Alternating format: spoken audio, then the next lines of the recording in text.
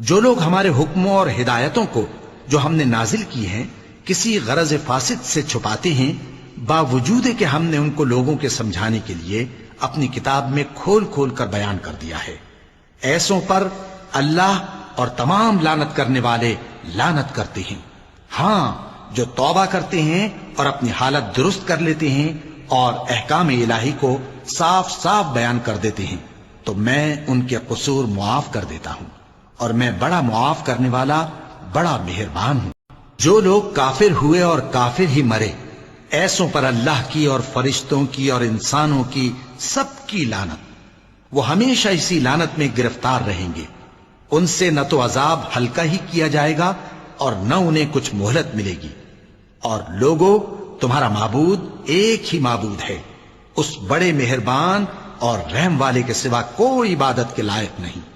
جو لوگ کافر ہوئے اور کافر ہی مرے، ایسوں پر اللہ کی اور فرشتوں کی اور انسانوں کی سب کی لعنت، وہ ہمیشہ اسی لعنت میں گرفتار رہیں گے۔ ان سے نہ تو عذاب ہلکا ہی کیا جائے گا اور نہ انہیں کچھ مہلت ملے گی۔ اور لوگوں، تمہارا معبود ایک ہی معبود ہے، اس بڑے مہربان اور رحم والے کے سوا کوئی عبادت کے لائق نہیں۔ بے شک آسمانوں اور زمین کے پیدا کرنے میں اور رات اور دن کے ایک دوسرے کے پیچھے آنے جانے میں اور کشتیوں اور جہازوں میں جو سمندر میں لوگوں کے فائدے کے لیے رواں ہیں، اور میں جس کو اللہ آسمان سے برساتا اور اس سے زمین کو اس کے مردہ ہو جانے کے بعد زندہ یعنی خشک ہو جانے کے بعد سرسبز کر دیتا ہے، اور زمین پر ہر قسم کے جانور پھیلانے میں اور ہواؤں کے چلانے میں اور بادلوں میں جو آسمان اور زمین کے درمیان گھرے رہتے ہیں، عقل مندوں کے لیے اللہ کی قدرت کی نشانیاں ہیں۔ اور بعض لوگ ایسے ہیں جو غیر اللہ کو اللہ کا شریک بناتے اور ان سے اللہ کی سی محبت کرتے ہیں، لیکن جو ایمان والے ہیں وہ تو اللہ ہی کے سب سے زیادہ دوست دار ہیں۔ اور اے کاش ظالم لوگ جو بات عذاب کے وقت دیکھیں گے اب دیکھ لیتے کہ سب طرح کی طاقت اللہ ہی کو ہے، اور یہ کہ اللہ سخت عذاب کرنے والا ہے۔ اس دن کفر کے پیشوا اپنے پیروں سے بیزاری ظاہر کریں گے اور دونوں عذاب الہی دیکھ لیں گے اور ان کے آپس کے تعلقات منقطع ہو جائیں گے۔ یہ حال دیکھ کر پیروی کرنے والے حسرت سے کہیں گے کہ اے کاش ہمیں پھر دنیا میں جانا نصیب ہو، تاکہ جس طرح یہ ہم سے بیزار ہو رہے ہیں اسی طرح ہم بھی ان سے بیزار ہوں۔ اس طرح اللہ ان کے اعمال حسرت بنا کر دکھائے گا اور وہ دوزخ سے نکل نہیں سکیں گے۔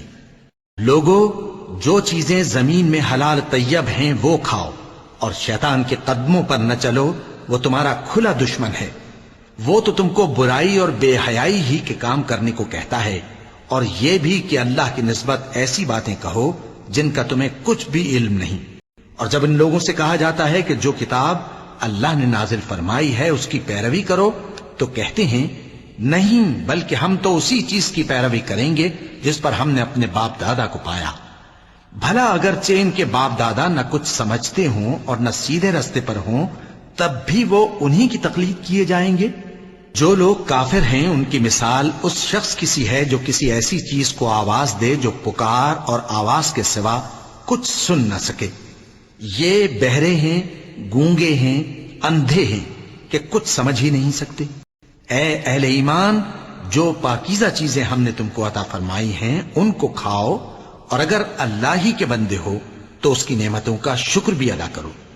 اس نے تو تم پر بس مرا ہوا جانور اور لہو اور سور کا گوشت اور جس چیز پر اللہ کے سوا کسی اور کا نام پکارا جائے حرام کر دیا ہے۔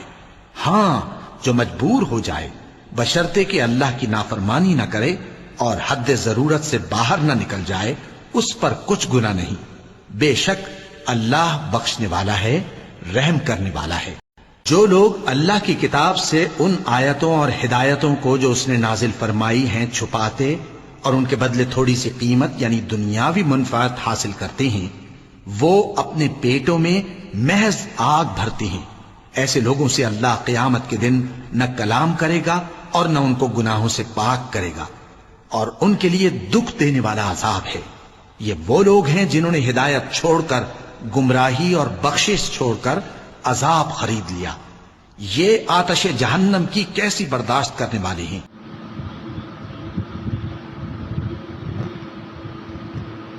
یہ اس لیے کہ اللہ نے کتاب سچائی کے ساتھ نازل فرمائی، اور جن لوگوں نے اس کتاب میں اختلاف کیا وہ ضد میں آ کر نیکی سے دور ہو گئے ہیں۔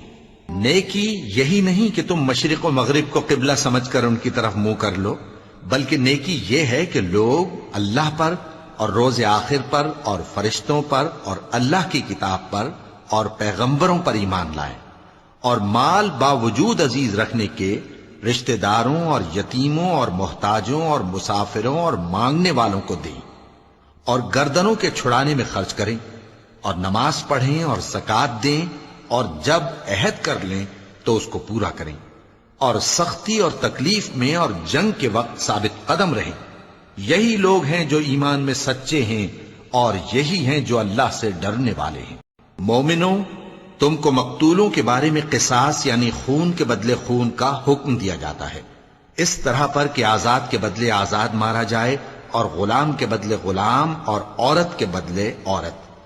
اور اگر قاتل کو اس کے مقتول بھائی کے قصاص میں سے کچھ معاف کر دیا جائے تو وارث مقتول کو پسندیدہ طریق سے قرارداد کی پیروی یعنی مطالبہ خون بہا کرنا اور قاتل کو خوشخوئی کے ساتھ ادا کرنا چاہیے۔ یہ تمہارے پروردگار کی طرف سے تمہارے لیے آسانی اور مہربانی ہے۔ اب جو اس کے بعد زیادتی کرے اس کے لیے دکھ کا عذاب ہے۔ اور اے اہل عقل، حکم قصاص میں تمہاری زندگانی ہے کہ تم قتل و خونریزی سے بچو۔ تم پر فرض کیا جاتا ہے کہ جب تم میں سے کسی کو موت کا وقت آ جائے تو اگر وہ کچھ مال چھوڑ جانے والا ہو تو ماں باپ اور رشتہ داروں کے لیے دستور کے مطابق وصیت کر جائے۔ اللہ سے ڈرنے والوں پر یہ ایک حق ہے۔ پھر جو شخص وصیت کو سننے کے بعد اس کو بدل ڈالے تو اس کے بدلنے کا گناہ انہی لوگوں پر ہے جو اس کو بدلیں، اور بے شک اللہ سنتا جانتا ہے۔ اب اگر کسی کو وصیت کرنے والے کی طرف سے کسی وارث کی طرفداری یا حق تلفی کا اندیشہ ہو تو اگر وہ وصیت کو بدل کر وارثوں میں صلح کرا دے تو اس پر کچھ گناہ نہیں، بے شک اللہ بخشنے والا ہے، رحم والا ہے۔ مومنوں، تم پر روزے فرض کیے گئے ہیں جس طرح تم سے پہلے لوگوں پر فرض کیے گئے تھے تاکہ تم پرہیزگار بنو۔ روزوں کے دن گنتی کے چند روز ہیں، تو جو شخص تم میں سے بیمار ہو یا سفر میں ہو تو دوسرے دنوں میں روزوں کا شمار پورا کر لے۔ اور جو لوگ روزہ رکھنے کی طاقت رکھیں لیکن رکھیں نہیں، وہ روزے کے بدلے محتاج کو کھانا کھلا دیں۔ اور جو کوئی اپنی مرضی سے زیادہ نیکی کرے تو اس کے حق میں زیادہ اچھا ہے، اور اگر سمجھو تو روزہ رکھنا ہی تمہارے حق میں بہتر ہے۔ اور اے پیغمبر، جب تم سے میرے بندے میرے بارے میں دریافت کریں تو انہیں معلوم ہو کہ میں تو تمہارے پاس ہی ہوں۔ جب کوئی پکارنے والا مجھے پکارتا ہے تو میں اس کی دعا قبول کرتا ہوں، تو ان کو چاہیے کہ میرے حکموں کو مانیں اور مجھ پر ایمان رکھیں تاکہ نیک رستہ پائیں۔ روزوں کی راتوں میں تمہارے لیے اپنی عورتوں کے پاس جانا جائز کر دیا گیا ہے، وہ تمہاری پوشاک ہیں اور تم ان کی پوشاک ہو۔ اللہ کو معلوم ہے کہ تم ان کے پاس جانے سے اپنے حق میں خیانت کرتے تھے، سو اس نے تم پر مہربانی کی اور تمہاری حرکات سے درگزر فرمائی، تو اب تم کو اختیار ہے کہ ان سے مباشرت کرو۔ اور اللہ نے جو چیز تمہارے لیے لکھ رکھی ہے یعنی اولاد، اس کو اللہ سے طلب کرو اور کھاؤ اور پیو یہاں تک کہ صبح کی سفید دھاری رات کی سیاہ دھاری سے الگ نظر آنے لگے، پھر روزہ رکھ کر رات تک پورا کرو۔ اور جب تم مسجدوں میں اعتکاف بیٹھتے ہو تو ان سے مباشرت نہ کرو، یہ اللہ کی حدیں ہیں، ان کے پاس نہ جانا۔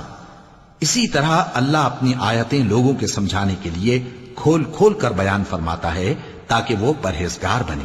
اور آپس میں ایک دوسرے کا مال ناحق نہ کھاؤ اور نہ اس کو رشوتاً حاکموں کے پاس پہنچاؤ تاکہ لوگوں کے مال کا کچھ حصہ ناجائز طور پر کھا جاؤ، اور اسے تم جانتے بھی ہو۔ اے پیغمبر، لوگ تم سے نئے چاند کے بارے میں دریافت کرتے ہیں کہ گھٹتا بڑھتا کیوں ہے۔ کہہ دو کہ وہ لوگوں کے کاموں کی میعادیں اور حج کے وقت معلوم ہونے کا ذریعہ ہے، اور نیکی اس بات میں نہیں کہ احرام کی حالت میں گھروں میں ان کے پچھواڑے کی طرف سے آؤ، بلکہ نیکوکار وہ ہے جو پرہیزگار ہو، اور گھروں میں ان کے دروازوں سے آیا کرو، اور اللہ سے ڈرتے رہو تاکہ کامیاب ہو جاؤ۔ اور جو لوگ تم سے لڑتے ہیں تم بھی اللہ کی راہ میں ان سے لڑو، مگر زیادتی نہ کرنا، کہ اللہ زیادتی کرنے والوں کو دوست نہیں رکھتا۔ اور ان کو جہاں پاؤ قتل کر دو، اور جہاں سے انہوں نے تم کو نکالا ہے یعنی مکے سے، وہاں سے تم بھی ان کو نکال دو۔ اور دین سے گمراہ کرنے کا فساد قتل و خونریزی سے کہیں بڑھ کر ہے۔ اور جب تک وہ تم سے مسجد حرام یعنی خانہ کعبہ کے پاس نہ لڑیں تم بھی وہاں ان سے نہ لڑنا۔ ہاں اگر وہ تم سے لڑیں تو تم ان کو قتل کر ڈالو، کافروں کی یہی سزا ہے۔ پھر اگر وہ باز آ جائیں تو اللہ بخشنے والا ہے، رحم کرنے والا ہے۔ اور ان سے اس وقت تک لڑتے رہنا کہ فساد نابود ہو جائے اور ملک میں اللہ ہی کا دین غالب ہو جائے۔ پھر اگر وہ فساد سے باز آ جائیں تو ظالموں کے سوا کسی پر زیادتی نہیں کرنی چاہیے۔ ادب کا مہینہ ادب کے مہینے کے مقابل ہے، اور ادب کی چیزیں ایک دوسرے کا بدلہ ہیں۔ پس اگر کوئی تم پر زیادتی کرے تو جیسی زیادتی وہ تم پر کرے ویسی ہی تم اس پر کرو۔ اور اللہ سے ڈرتے رہو اور جان رکھو کہ اللہ ڈرنے والوں کے ساتھ ہے۔ اور اللہ کی راہ میں مال خرچ کرو اور اپنے آپ کو ہلاکت میں نہ ڈالو، اور نیکی کرو، بے شک اللہ نیکی کرنے والوں کو دوست رکھتا ہے۔ اور اللہ کی خوشنودی کے لیے حج اور عمرے کو پورا کرو، اور اگر راستے میں روک لیے جاؤ تو جیسی قربانی میسر ہو کر دو، اور جب تک قربانی اپنے مقام پر نہ پہنچ جائے سر نہ منڈاؤ۔ اور اگر کوئی تم میں بیمار ہو یا اس کے سر میں کسی طرح کی تکلیف ہو تو اگر وہ سر منڈا لے تو اس کے بدلے روزے رکھے یا صدقہ دے یا قربانی کرے۔ پھر جب تکلیف دور ہو کر تم مطمئن ہو جاؤ تو جو تم میں حج کے وقت تک عمرے سے فائدہ اٹھانا چاہے وہ جیسی قربانی میسر ہو کرے، اور جس کو قربانی نہ ملے وہ 3 روزے ایام حج میں رکھے اور 7 جب واپس ہو، یہ پورے 10 ہوئے۔ یہ حکم اس شخص کے لیے ہے جس کے اہل و عیال مکے میں نہ رہتے ہوں۔ اور اللہ سے ڈرتے رہو اور جان رکھو کہ اللہ سخت عذاب دینے والا ہے۔ حج کے مہینے معین ہیں جو معلوم ہیں، تو جو شخص ان مہینوں میں حج کی نیت کر لے تو حج کے دنوں میں نہ عورتوں سے اختلاط کرے، نہ کوئی برا کام کرے اور نہ کسی سے جھگڑے۔ اور جو نیک کام تم کرو گے وہ اللہ کو معلوم ہو جائے گا۔ اور زاد راہ یعنی رستے کا خرچ ساتھ لے جاؤ، کیونکہ بہترین زاد راہ پرہیزگاری ہے۔ اور اے اہل عقل مجھی سے ڈرتے رہو، اس کا تمہیں کچھ گناہ نہیں کہ حج کے دنوں میں بذریعہ تجارت اپنے پروردگار سے روزی طلب کرو۔ اور جب عرفات سے واپس ہونے لگو تو مشعر حرام یعنی مزدلفہ میں اللہ کا ذکر کرو، اور اس طرح ذکر کرو جس طرح اس نے تم کو سکھایا، اور اس سے پیشتر تم لوگ ان طریقوں سے محض ناواقف تھے۔ پھر جہاں سے اور لوگ واپس ہوں وہیں سے تم بھی واپس ہو، اور اللہ سے بخشش مانگو، بے شک اللہ بخشنے والا ہے، رحمت کرنے والا ہے۔ پھر جب حج کے تمام ارکان پورے کر چکو تو مینا میں اللہ کو یاد کرو جس طرح اپنے باپ دادا کو یاد کیا کرتے تھے، بلکہ اس سے بھی زیادہ۔ اور بعض لوگ ایسے ہیں جو اللہ سے التجا کرتے ہیں کہ اے پروردگار ہم کو جو دینا ہے دنیا ہی میں دے دے، اور ایسے لوگوں کا آخرت میں کچھ حصہ نہیں۔ اور بعض ایسے ہیں کہ دعا کرتے ہیں کہ پروردگار ہم کو دنیا میں بھی نعمت عطا فرما اور آخرت میں بھی نعمت بخشیو اور دوزخ کے عذاب سے محفوظ رکھیو۔ یہی لوگ ہیں جن کے لیے ان کے کاموں کا حصہ یعنی اجر نیک تیار ہے، اور اللہ جلد حساب لینے والا ہے۔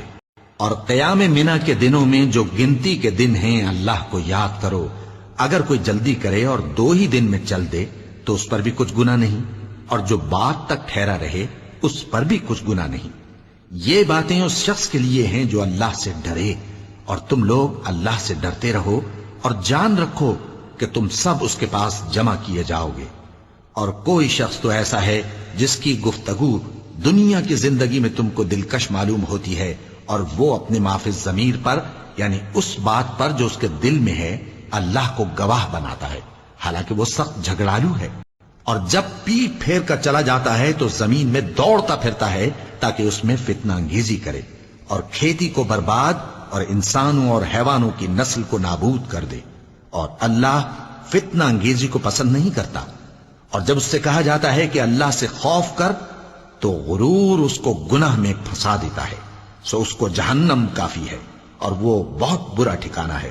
اور کوئی شخص ایسا ہے کہ اللہ کی خوشنودی حاصل کرنے کے لیے اپنی جان بیچ ڈالتا ہے، اور اللہ بندوں پر بہت مہربان ہے۔ مومنو، اسلام میں پورے پورے داخل ہو جاؤ اور شیطان کے پیچھے نہ چلو، وہ تو تمہارا کھلا دشمن ہے۔ پھر اگر تم احکام روشن پہنچ جانے کے بعد لڑکھڑا جاؤ تو جان رکھو کہ اللہ غالب ہے، حکمت والا ہے۔ کیا یہ لوگ اسی بات کے منتظر ہیں کہ ان پر اللہ کا عذاب بادل کے سائبانوں میں نازل ہو اور فرشتے بھی اتر آئیں اور کام تمام کر دیا جائے؟ اور سب کاموں کا رجوع اللہ ہی کی طرف ہے،